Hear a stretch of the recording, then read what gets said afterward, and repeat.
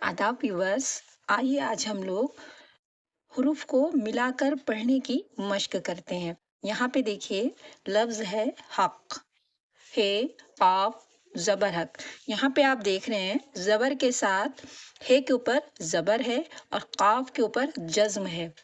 जिसके ऊपर जज्म होता है उसको पहले वाले हर्फ के साथ मिला के पढ़ा जाता है, तो यूं पढ़ा जाएगा हे काफ जबर हक। इसी तरह यहाँ पे हम इसको पढ़ेंगे रे बे जबर रब, नून लाम जबर नल, रे सीन जबर रस, नून वाव जबर नौ, ते काफ जबर तक, सीन रे दाल जबर सर्द, हे मीम दाल हमद, मीम सीन ते जबर मस्त, अहमद, बर्तन, लंदन।